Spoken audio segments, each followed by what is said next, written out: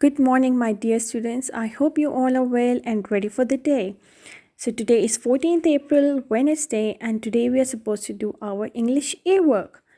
So, today we will read a new chapter, Unit 2, from our Oxford Modern English. Please open up this book and come to page number 14. So, the name of the unit is The Wooden Bowl.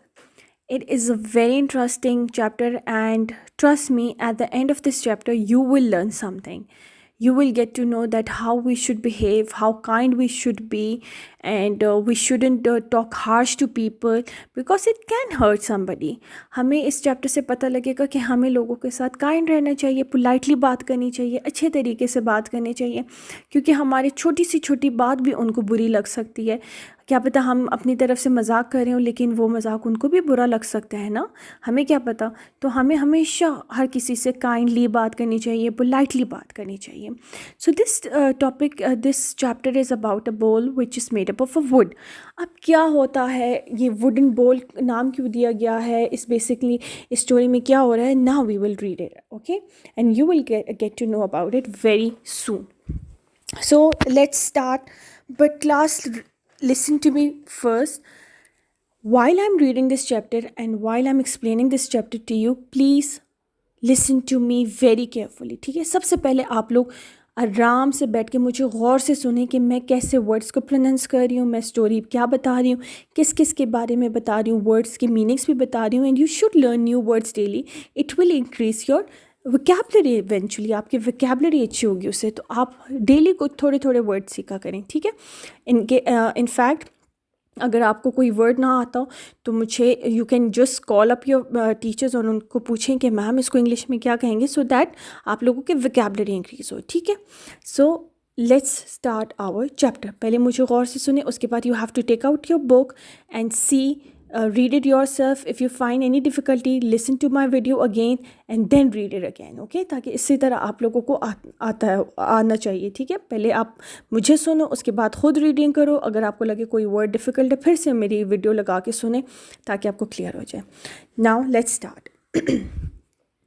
Once upon a time, in a small town in Germany, there lived a man called Kurt. एक Germany एक country का नाम है, वहाँ पे एक small town में एक आदमी रहता था जिसका नाम था कर्ट. आपको मैं पहले कर्ट दिखाती हूँ. Let me show you Kurt. This is Kurt. See, he is an old man. ठीक है, this is Kurt. Now he lived with his son Manfred and his daughter in law Tekla. वो अपने बेटे के साथ रहता था. किसके साथ रहता था? मैनफ्रेड उसके बेटे का नाम था और टेक्ला उसकी डॉटर इन लॉ का नाम था, यानी कि मैनफ्रेड की बीवी का नाम टेक्ला था. This is, you can see it in the picture. This is Manfred and ये आप देख रहे हो, दिस इज़ टेक्ला. ये दोनों, ये कर्ट का बेटा है और ये उसकी बहू है. ठीक है, now listen to me. They all shared a little old house at the end of a quiet street in the middle of the town. अब वो लोग एक छोटे से इलाके में रहते थे, छोटा सा टाउन था, वहाँ पे ये क्वाइट सी स्ट्रीट थी, वहाँ पे ये लोग रहते थे. Manfred was a carpenter and spent all his time in a workshop next to the house. अब मैनफ्रेड क्या था? You can see it in the picture. This is Manfred. अब मैनफ्रेड क्या था? वो कारपेंटर था. कारपेंटर कौन होता है? जो वुड से चीज़ें बनाते हैं. वो कारपेंट्री करता था और वो उसका ज़्यादा से ज़्यादा टाइम कहाँ गुजरता था? वर्कशॉप में. उसने घर के पास एक रूम सा लिया हुआ था जहाँ पे वो वर्कशॉप, वहाँ पे ये सारी चीज़ें बनाता था. अपने टूल्स वगैरह सब कुछ वहाँ पे रखे हुए थे. He had learned carpentry from his father who had been a famous carpenter in his days. वो कहते हैं कि उसने कारपेंट्री किससे सीखी थी? अपने फादर से सीखी थी, कर्ट से सीखी थी, जो अब ओल्ड हो चुका है. वो एक फेमस यानी कि मशहूर कारपेंटर था. इन हिज डेज का मतलब है अपने टाइम पे, अपने ज़माने में वो एक मशहूर कारपेंटर था. Kurt had taught his son well and the son earned a good living. Kurt ने अपने बेटे को बहुत अच्छे तरीके से सिखाया हुआ था. टॉट का मतलब है सिखाया हुआ था. और उसका सन जो था, अर्नड अ गुड लिविंग का क्या मतलब है? उसका बेटा बहुत अच्छा कमा लेता था. He made furniture for the people of the town and from time to time he did some carving. वो अपने जो टाउन के लोग हैं उनके लिए फ़र्नीचर बनाता था और उसने टाइम के साथ कार्विंग भी शुरू कर दी थी, मतलब वो वुड के साथ अच्छे डिज़ाइंस भी बना लेता था. The young couple Manfred and Tekla had a son called Wilhelm. The boy like to sit in the workshop and watch his father. उनका एक बेटा था जिसका नाम है विलहेम, और वो हमेशा बैठा रहता था वर्कशॉप में और अपने फादर को देखता रहता था और उससे सीखता रहता था. As he grew older, come to the next page, page number 15. As he grew older, he helped his father by fetching and carrying things. जैसे जैसे वो बड़ा होता गया वो अपने फादर की हेल्प करता था. फेचिंग का मतलब है चीज़ें यहाँ से वहाँ लेके जानी. कैरिंग थिंग्स का मतलब है कि उसकी चीज़ें उठा लेता था. जो टूल्स जो चीज़ें वो यूज़ करता उसको उठाता था. फेचिंग का मतलब है लेकर आता था अपने फादर के लिए. He learn to clean his the tools and to take care of them. उनके जो टूल्स वो यूज़ करता था जैसे हथौड़ा, ये सारी चीज़ें जो वो यूज़ करता था वो उसको साफ़ करने का भी तरीका उसे सीख लिया था. He learn how to use a saw and a hammer and a chisel. अब उसको ये भी तरीका आ गया था कि सॉ, हैमर और चिज़ल को कैसे यूज़ करना है. अब ये जो ये सॉ, हैमर, चिज़ल जो है ये एक टूल्स के नाम है. सॉ आड़ी हो गया, हैमर आपका हथौड़ी हो, हथौड़े को कहते हैं. चिज़ल एक ये शार्प ब्लेड होता है जो कार्विंग में आपकी हेल्प करता है. And his grandfather taught him to carve wood into wonderful shapes. और उसके ग्रैंडफादर कौन थे? कर्ट, जो ये ओल्ड मैन है. उन्होंने उनको डिज़ाइनिंग सिखा दी थी कि वंडरफुल शेप्स में आप वुड को कैसे चेंज कर सकते हो. The grandfather was very old now and getting older every day. He was not very strong. His eyes were dim and he could not see well.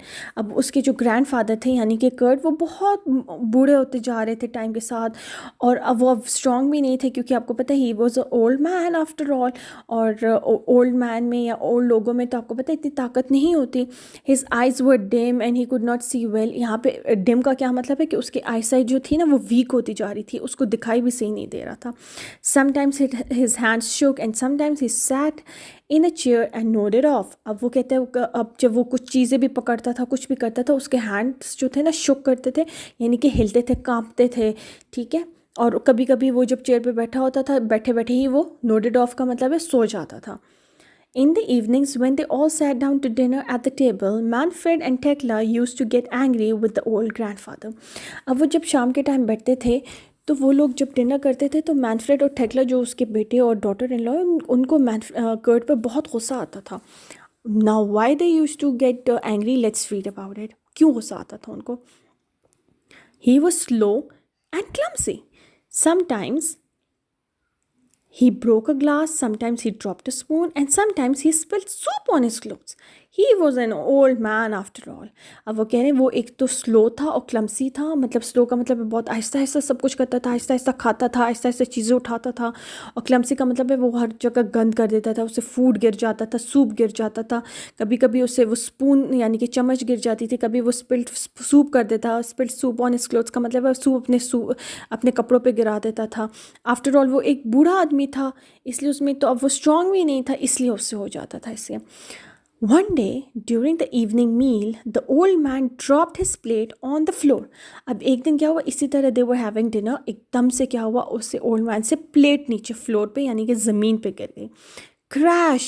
It smashed into 100 tiny pieces and the food fell all over the place. Crash, नीचे गिर गई. Smash, टूट गई. वो 100 pieces हो गया उस plate के, और सारा फूड जो है ना इधर उधर गिर गया. Tekla and Manfred began to clean up the floor, but how angry they were. अब उन्होंने टेक्ला और मैनफ्रेड ने तो सफाई शुरू कर दी, लेकिन वो बहुत ज़्यादा गुस्से में थे. After that accident, they bought him a cheap wooden bowl from the market and gave him his dinner in that. अब उस एक्सीडेंट के बाद क्या हुआ, उन्होंने सोचा कि ये तो इस तरह ओल्ड हो चुका है और अब ये हमारे प्लेट्स और चीज़ें ग्लासेस तोड़ता रहेगा. अब ये काम करते हैं, इसके लिए ना मार्केट से एक चीप वुडन बोल लेकर आते हैं. What is a cheap? Cheap का मतलब होता है सस्ता. यहाँ पे चीप का मतलब है सस्ता. वुडन बोल लेकर आते हैं, और वो भी लकड़ी का बोल लेकर आ गए ताकि अगर वो गिरे भी तो वो टूटेगा नहीं. You can see it in the picture. See, this is the wooden bowl he is using to have his food. They made the old man sit by himself in the corner of the room to eat his food. अब देखो उसको बोला कि आप हमारे साथ भी नहीं बैठोगे, आप एक कॉर्नर में बैठोगे, वहाँ पे बैठ के अपना खाना खाओगे. देखो, see he sitting, see how sad he is. He sitting in the corner और वो आराम खा भी नहीं रहा, उसका इतना दिल खफा है. The old man, come to the next page, page number 16, was sad. He kept quiet and did not complain. बहुत ज़्यादा खफा था, लेकिन उसने कोई कंप्लेन नहीं की, कोई शिकायत फिर भी नहीं की. One evening, not long afterwards, Tekla and Manfred had finished work for the day and were preparing the evening meal. When the meal was ready, they called for Wilhelm. They looked in his room, but he was not there. अब कुछ time गुजरा, ज़्यादा time नहीं गुजरा था. एक शाम को इसी तरह उन्होंने खाना बनाया और वो चाह रहे थे कि हम बैठ के खाना खाएं. अब टेक्ला और मैनफ्रेड क्या कर रहे थे, अपने बेटे विलहेम को ढूंढ रहे थे, लेकिन विलहेम को हर जगह ढूंढा, वो रूम में भी नहीं था, कहीं भी नहीं था. Seed in the picture, this small boy is Wilhelm, इनका बेटा है. This is Tekla and this is Manfred. Where could that boy be? asked Tekla. Tekla ने कहा वो लड़का चला कहाँ गया, किधर गया हमारा बेटा. Manfred had no idea. He asked the old man if he had seen Wilhelm, but the old man shook his head. उसने Manfred ने कहा कि मुझे तो नहीं पता. उसने old man से यानी कि कर्ट से यानी कि अपने फादर से पूछा कि विलहेम को देखा है. उसने सिर्फ सर हिलाया. shook his head का मतलब उसने सिर्फ सर हिलाया, नो के अंदाज में हिलाया कि मुझे नहीं पता. बोला कुछ भी नहीं, सिर्फ सर हिला के बोला कि मुझे नहीं पता. Tekla and Manfred became a little worried. They looked out on the street, but Wilhelm was not there. Then they saw a light on in the workshop. They went to look. अब उन्होंने बाहर गए, street में ढूंढा, लेकिन कहीं नहीं था. फिर उन्होंने देखा वर्कशॉप में लाइट ऑन है. वहाँ पे वो लोग चले गए देखने के लिए. They stepped into the workshop and found their son sitting on the floor. He was cutting a small block of wood and working as hard as he could. अब वो बैठा हुआ था, कुछ चीज़ बना रहा था. एक वुड उसने ली हुई थी और वो कुछ बना रहा था उससे. there you are, said Tekla. Tekla ने कहा तुम यहाँ बैठे हुए हो. What are you making, son? asked Manfred. Manfred ने कहा तुम क्या बना रहे हो बेटा. Wilhelm put down the block of wood and the chisel. He looked up at the parents. उसने हैमर, चिज़ल, बोल सब कुछ नीचे रखा और अपने पेरेंट्स को देखा. क्लास, दिस इज़ चिज़ल, जो मैं आपको बता रही थी, ब्लेड टाइप का होता है. This is chisel. उसने ये सारी चीज़ें नीचे रखी और अपने पेरेंट्स को देखने लग गया. I'm making a wooden bowl for you to eat from when you are old, replied the boy.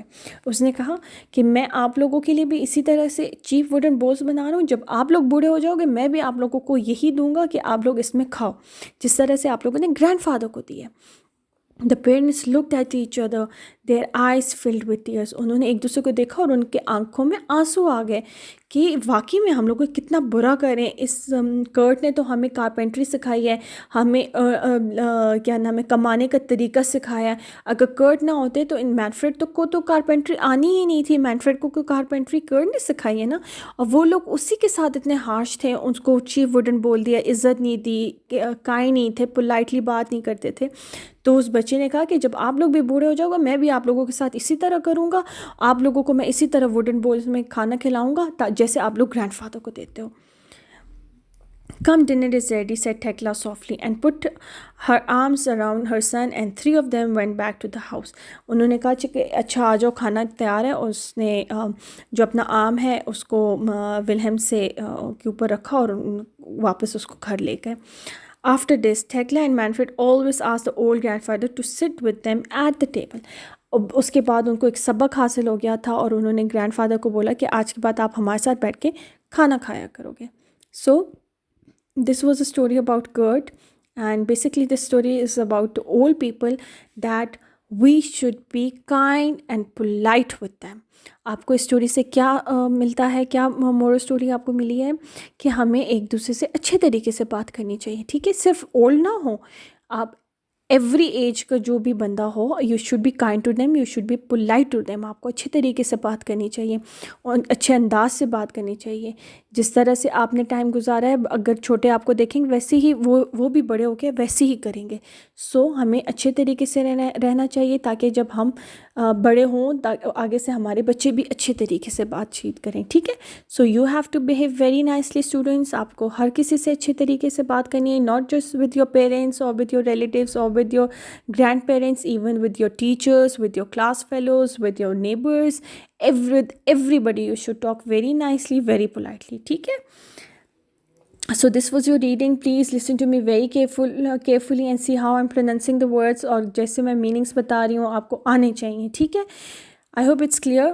For today, you have a work which you are supposed to do on your English A side. English A पे करेंगे आप लोग. Hard words हैं, just 20 words हैं. You have to do it very neatly. Okay, I'll explain the words to you ताकि आपको पता लगे इन words की meanings क्या हैं. Hammer, हैमर का मतलब होता है हथौड़ा. फेमस का मतलब होता है मशहूर. जर्मनी एक मुल्क का नाम है. फेचिंग का मतलब होता है जब हम एक चीज़ लेकर आते हैं, यहाँ से वहाँ से लेकर आते हैं, फेच करते हैं. क्लमसी का मतलब होता है गंद करना, साफ़ सुथरा ना हो. वर्कशॉप एक रूम होता है जहाँ पे आप अपने कोई भी काम करते हो. ठीक है, जैसे कर्ट ने एक वर्कशॉप बनाया था, वहाँ पे वो अपनी कारपेंट्री करता था. क्वाइट का मतलब होता है चुप रहना. Accident, you all know what is an accident. Wooden का मतलब होता है कोई भी चीज़ लकड़ी की बनी हुई हो. चीप, इस स्टोरी में चीप का मतलब है सस्ता. कंप्लेन का मतलब है शिकायत. कपल, जोड़ा, यानी कि Manfred and Tekla they were a couple. Furniture, जो आपका फर्नीचर होता है, beds, sofa set, dining table, chairs, desk, all these are your furniture. Angry का मतलब होता है गुस्सा हो जाना. कार्विंग मैंने आपको बताया था कि वुड से जब डिफरेंट वंडरफुल शेप्स बनाए जाते हैं उसको कार्विंग कहते हैं. शेयर्ड का मतलब है शेयर करना, एक दूसरे से चीज़ें शेयर करना, देना एक दूसरे को. स्मैश का मतलब होता है टूट जाना. शुक, यहाँ पे शुक का मतलब होता है कि सर हिलाना. फिनिश्ड का मतलब है ख़त्म हो जाना. So these are your 20 words. You have to do it on your English class work on your English a side. ठीक है, this is how you suppose to do it. मैं आपको ये बता रही हूँ ताकि आपको पता होना चाहिए आपने किस तरह करना है. ठीक है, so you have to draw the line, margin line. Then you have to write on date 14th April 2021. Oxford English यहाँ पे लिखना है. देन यहाँ पे यूनिट 2 द वुडन बोल आपने इस तरह लिखना है. CTWNB मैंने कैपिटल रखा है. You have to keep it capital as well. On the next line you have to write on hard words and similarly you have to draw the line in the middle and do the numbering. ठीक है, 1 2 3 4 इस तरह numbering करें. फिर आपने words इस तरह लिखने. ठीक है, लाइन्स का ख्याल रखना है आपने. Hammer, farmer, Germany, fetching, clumsy, इस तरह से आपने सारा कुछ लिखना है. सॉरी मैंने यहाँ पे फार्मर लिखा है but it's famous. And class please keep it in your mind that the first letter should be small. आपने जो हार्ड वर्ड्स के फर्स्ट लेटर होते हैं वो आपने स्मॉल रखने हैं. ठीक है, जर्मनी का जी इसलिए कैपिटल है because it's the name of a country and the starting letter of a country should always be capital. वो एक कंट्री का नाम है इसलिए वो कैपिटल रखा गया. अदरवाइज आपने बाकी सारे वर्ड्स जो हैं उनको आपने स्मॉल रखना है. ठीक है, so this is how you are suppose to do it.